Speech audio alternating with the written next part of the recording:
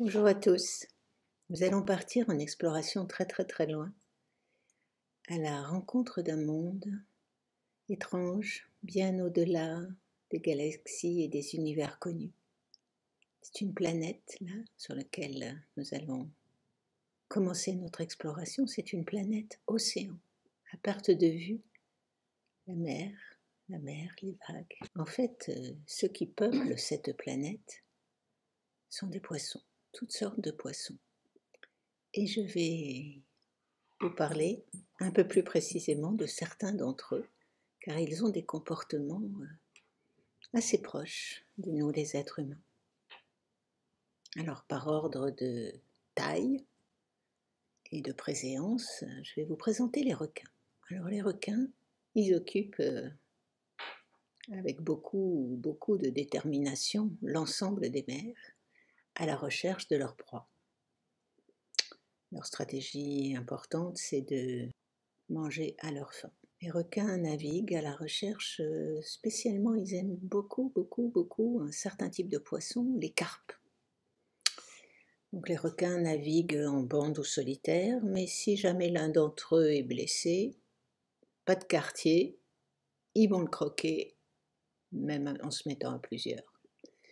Donc ce qui est important chez les requins, c'est de dominer, c'est de gagner, c'est de se nourrir, ce sont des prédateurs, et la planète est leur domaine de jeu.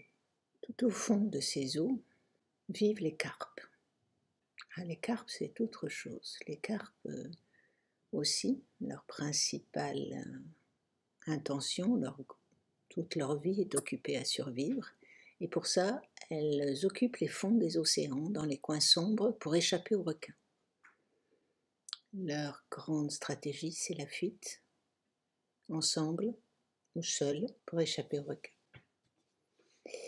En fait, ce qui est étrange, c'est que les carpes, comme les requins, partagent à peu près une même vision de ce monde océanique.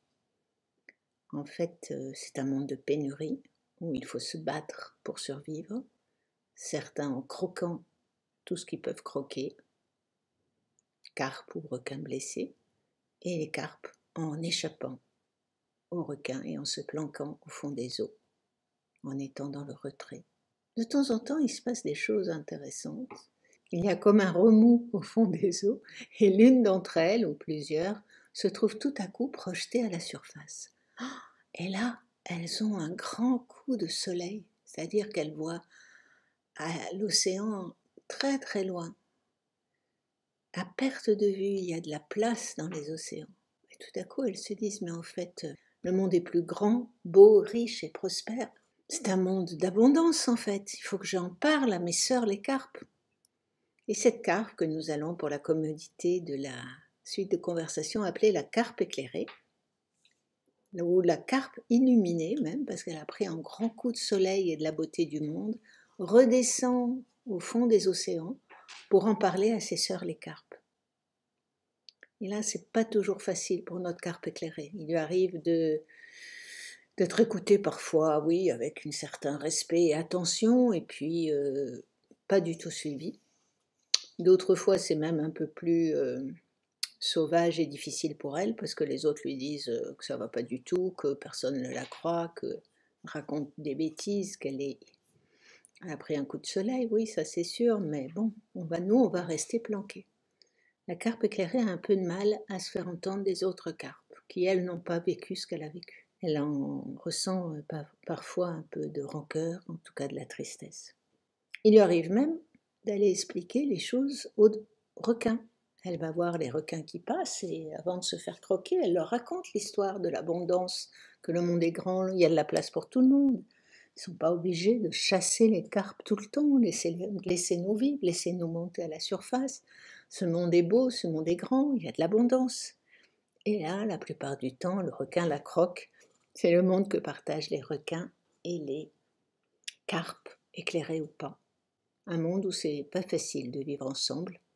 Il y a parfois des compromis, mais rares. On est plutôt dans la domination, l'attaque ou la fuite. Et de temps en temps, un peu de prêche. Mais beaucoup de tristesse et beaucoup de colère. Et puis, Il y a un autre type de poisson, c'est le dauphin. Alors, si je vous parle du dauphin, il a plusieurs caractéristiques, le dauphin. D'une part, ce qu'il aime le plus, c'est jouer avec les autres dauphins, et avec les carpes, et pourquoi pas avec les requins. C'est un grand plaisir pour lui de sauter dans les vagues, de bondir, d'accomplir des percées le plus haut possible, de chanter sa joie et de replonger dans l'eau très profond et puis de ressortir.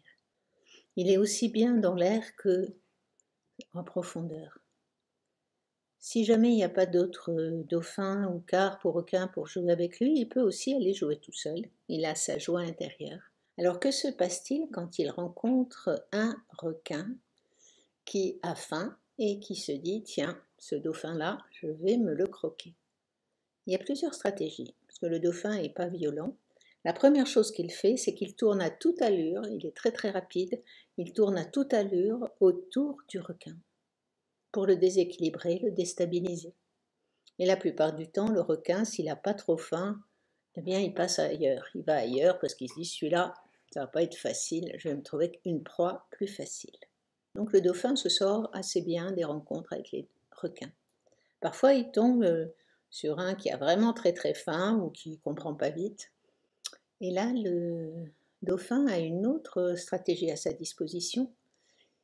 Il est capable de mettre avec l'os qui est en haut de sa tête, qui est très dur, il met un coup direct au foie du requin. Il sait très bien viser, il va là où ça fait mal, et le requin perd la bataille. Ce qui inspire le respect aux autres requins qui passaient par là et qui se disent « bon, celui-là, on ne touche pas ». Donc le dauphin, il a à sa disposition aussi la capacité à attaquer si on lui fait des ennuis. Il a la capacité à jouer avec les carpes, avec les autres poissons, avec ses amis les dauphins. Il peut aller seul. Il a un très grand cœur. Et ce qu'il préfère, franchement, c'est faire la percée dans les vagues. Jouer dans les vagues, plonger, jaillir le plus haut possible et chanter sa joie. Voilà, je vous ai présenté ces 4 familles de poissons. Peut-être vous êtes-vous reconnus ou avez-vous reconnu certains de vos proches. Je vais vous laisser en parler ensemble.